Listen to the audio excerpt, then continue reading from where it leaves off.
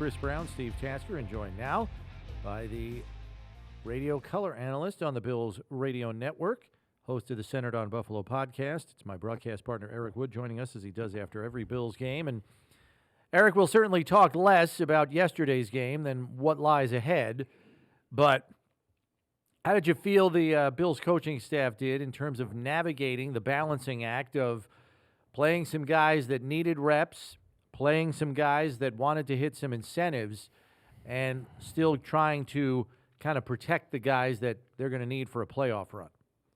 Yeah, I thought it went excellent. And, after the game, Sean McDermott said he didn't think there was any injuries that came out of the game. And that's the key in this situation yesterday. You have a game that really doesn't win you anything if you win the game, and it actually hurts your division opponent if you don't win that game yesterday. And so it seemed like everything worked out great in that favor. Many guys were able to earn some extra money. Von Miller kicked it off on the third play of the game, hitting a $1.5 million bonus, getting a sack yesterday. Sam Martin got a punt inside the 20. James Cook hit a couple milestones going over 1,000 and getting that rushing touchdown. Now, I'll be honest, the one I was most nervous about was putting Cook back in that game. And look, I know he wanted to tie OJ's record for most touchdowns rushing for a season for the Bills, but that one scared me a little bit. But the fact that they were able to come out of that game healthy, they were able to get some guys, some crucial reps heading into the playoffs. When you think of a Curtis Samuel, when you think of a DeMar Hamlin, those guys that are likely going to be coming back into big roles into the playoffs, they were able to get those guys some experience. And then a lot of young guys, they were able to get some meaningful reps in an NFL game. You think about that entire offensive line getting reps together out there. Keon Coleman in his rookie year gets some extra work yesterday, just 2 catches on 10 targets, but I give him a pass on many of those where they weren't necessarily catchable. But all in all, I thought it was a successful day in New England. Yeah, when Brownie asked you, how they threaded that needle, I was like, they would have been better if they'd have done all that, got out healthy, and still won the game. Then I thought, well, you know what? No. Right? I mean, that's the kind of weird spot they were in yesterday. The Pats didn't get the number 1 pick because of it. And I'll say this too, it's the only time I can remember, maybe it's happened some other time, but you win a game and get fired, as Gerard Mayo did right after the game. That is an unusual thing about this game. I think that's the thing I'll probably remember more than anything. Yeah, and it's just not a good look when you only give a guy 1 year as head coach. Now, I get it. If you know he's not the guy, you move on. You don't want to sit there and, waste a year next year, especially when you consider you got Drake May in the second year of his rookie contract, and you got to maximize those years when those starting quarterbacks aren't getting these mega deals. But the fact that they let him go after 1 year, it's just not a great look for the franchise. It maybe deters maybe some veteran head coaches from going to New England. Now, I mean, the fact of the matter is that's got to be a very appealing job. You have the quarterback in place in Drake May. You have the most salary cap money in the league heading into this offseason. We'll see how that shakes out with moves that different teams make, but they're sitting there with the most money to spend, and you got a top 5 draft pick. And so Gerard Mayo is a guy that I played against throughout my career, always had a tremendous amount of respect for him as a player, then how he transitioned into a coach under Bill Belichick. And it's unfortunate, and, it's part of the business. I was with guys yesterday. I walked down the Patriots sideline before the game to say hi to Alex Van Pelton, Bob Bicknell, Joe Kim, who used to be with the Bills. He's on their staff. Robert Kugler, who I've known for 15 years since he was a kid, coaching now with New England. Was his dad was my first offensive line coach in the league. So in this business, you feel for those guys. And, I was spending some time with Alex Van Pelt last night, and I know, obviously upset to get the news yesterday that after just 1 year, and they felt like they were building on some things and maybe didn't have a lot of talent to work with, but were able to put out some pretty good tape, especially towards the end of the year. So disappointing for them. Yeah, it certainly is. And you feel for members of the coaching profession on a day like this, maybe more than any other, with all the heads that rolled already and probably some more coming down the pike here in the near future. So the Bills now turn their attention towards Wild Card Weekend. They get a nice slot there, Sunday at 1, which the coaching staff has to be happy about. Certainly don't want to play on Saturday, have one less day to prepare, especially coming off a road trip, even as short as the one was to New England. And now the task becomes, getting ready for a Denver team that's got a pretty formidable defensive crew. 7th in the league in total defense, 3rd in the league against the run, and 3rd in the league in points allowed. I mean, this is a good crew, and I think they're near the top of the league in red zone defense as well, and third down defense. So they make life hard for opposing offenses. What are your thoughts at first blush here? Yeah, they might have the defensive player of the year in Patrick Surtain at cornerback. And Sean McDermott always talks about marrying the rush, the pass rush, and the coverage. And when you have pass rushers like they do up front in Benito and Franklin Myers and Zach Allen, and they have a number of guys up front that can flat out rush the passer. They also blitz, I believe, at the 2nd highest rate in the league. So they put a lot of pressure on an offense to be completely buttoned up. You're glad you have this game at home where you can communicate on offense fully and you're verbally communicating out there, get to your checks.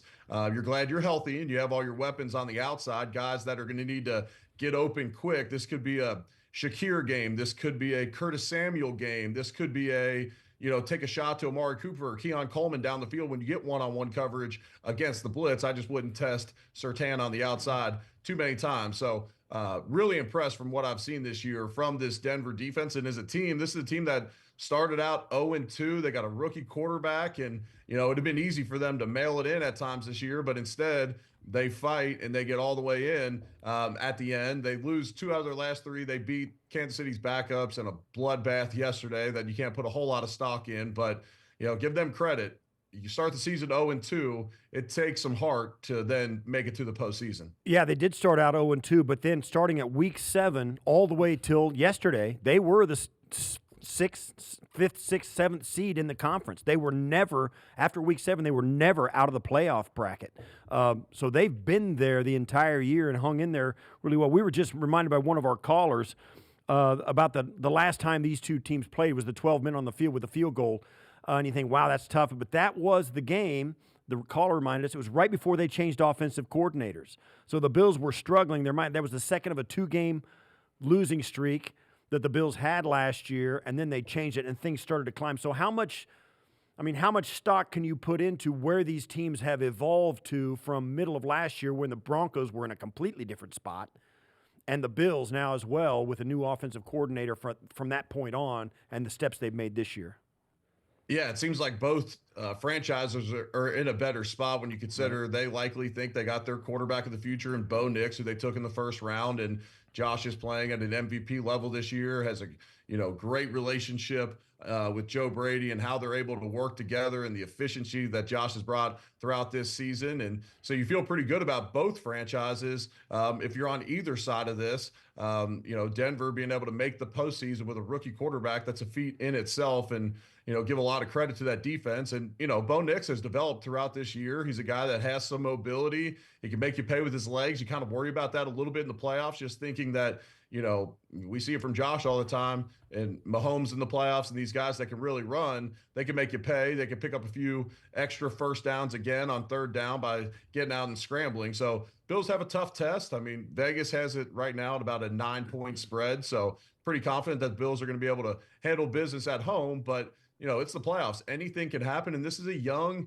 and hungry team in Denver, and they're going to come in and play with their hair on fire.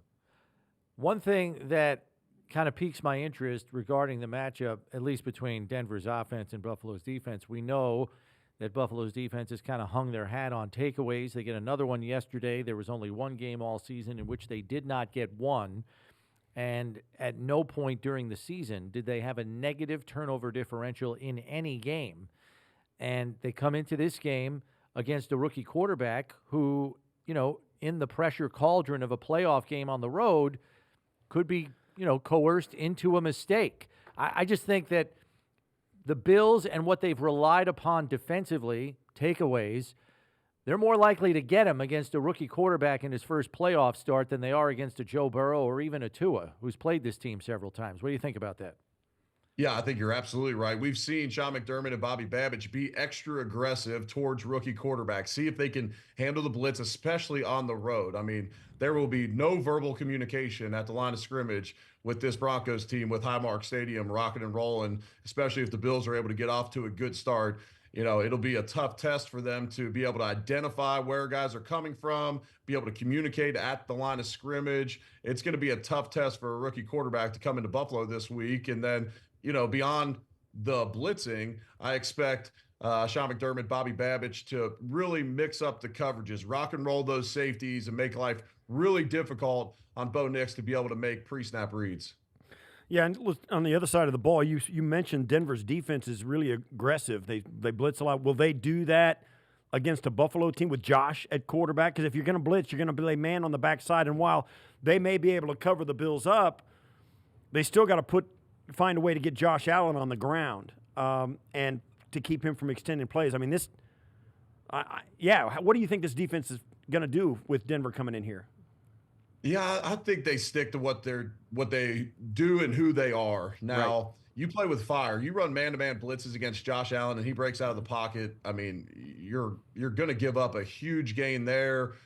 Early in the season, the MO was starting with that Baltimore game, going to Houston, and a number of other times. This Bills offense has been tested by the blitz. Now, Josh has got an incredible quarterback rating against the blitz this year, but there's been times where this offense has sputtered, not being able to separate from man coverage in time when there's a blitz coming and you got to separate quickly. So I expect Denver to test the Bills with the blitz this week, test them with man-to-man coverage, see if they can separate on the outside. It seems like the Bills have put that narrative to rest this year, but I'd expect Denver to at least try it early in this game. And then, there's going to be some times where you have to sit back and play coverage and try and get home with a four-man rush. And that's where, when you got an offensive line like the Bills do, you feel really confident going into a matchup against a team that can be really intimidating with their pass rush for a number of teams in this league.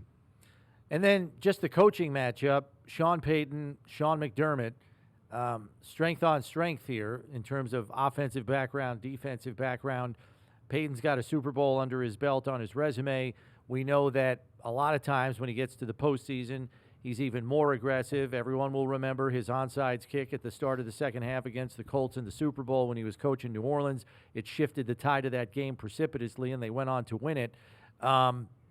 What do you make of what you anticipate his approach to be, especially knowing most people view them as the underdog in this game? Yeah, I expect them to be aggressive. I don't know if it's trying to steal possession. Not very easy to, you can't fake onside anymore. Yeah, right. With this type of kickoff, but it could be a fake punt. It could be being extra aggressive on fourth down, just understanding that even though you got the third best points given up in the league defensively, this is a Bills offense that's number 2 in the league in points gained or points put up per game. And so I expect them to be ultra aggressive in this coaching matchup. This dates back to their time, Carolina and the Saints, where they were facing off twice a year there. I had Luke Kuechly on my Center on Buffalo podcast at one point, and I asked him who the toughest offensive coordinator was for him to prepare for and play against, and he said Sean Payton. And that's a team that he has tremendous familiarity with. So, you got to give Sean Payton credit. He's in the position he is because of his offensive expertise. We asked our listeners if they got the matchup they liked, right? Or wanted, yeah. Or wanted. Nobody wanted any piece of the Cincinnati Bengals. I was not a part of that crew. I didn't care about whether the Bengals were the team that was struggling. They were that team. They were 8-8, 9-7. That's what the kind of team they were. Miami's a division opponent. Their offense is really good. Even in Buffalo, they were played really good, although they're bad in cold weather. That would have been a better matchup. But this team, this Denver team, is the one I did not want because of their defense, because they got a really sharp head coach, and they got a rookie who just may not know any better. They got a coach who's experienced in the playoffs. And defense travels. So whether you're at home or away, you're going to get their best punch. So this is kind of the one I actually did not want. This is likely the one I wanted. I didn't necessarily want to face off against Joe Burrow. I think we talked about it last week on the show. Yes, the storybook would be beat Burrow, beat Jackson, beat Mahomes, then go win the Super Bowl. But we don't need a storybook. Let's go host a trophy, host a parade. Right. And so, right. Let's all that play the being 1976 Tampa Bay Buccaneers. Let's do that, right? The 0-14. When you look at it, it's the playoffs. Everybody's good. Everybody's going to have strengths. You look around the AFC and you look at a Pittsburgh offense that isn't great. But they can certainly make big plays with some of their weapons on the outside. But then they have a really good defense.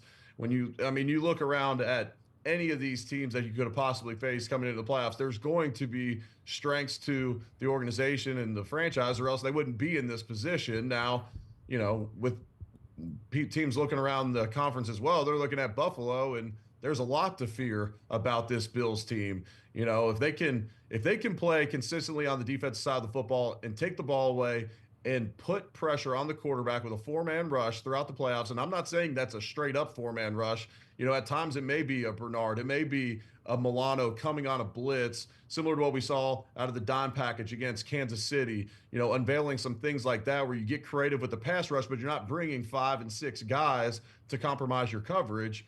This is a scary Bills team. And although we have a lot of respect for Denver and they have some really nice pieces as well, they're looking at from the other side, I guarantee, saying, well, this isn't necessarily the matchup we wanted either. Yeah. Right. I think that's a good note to end on, Eric. So thanks for the time, as always. We'll see you up here later in the week. Sounds good. Looking forward to it, guys. Have a great week. See you, man.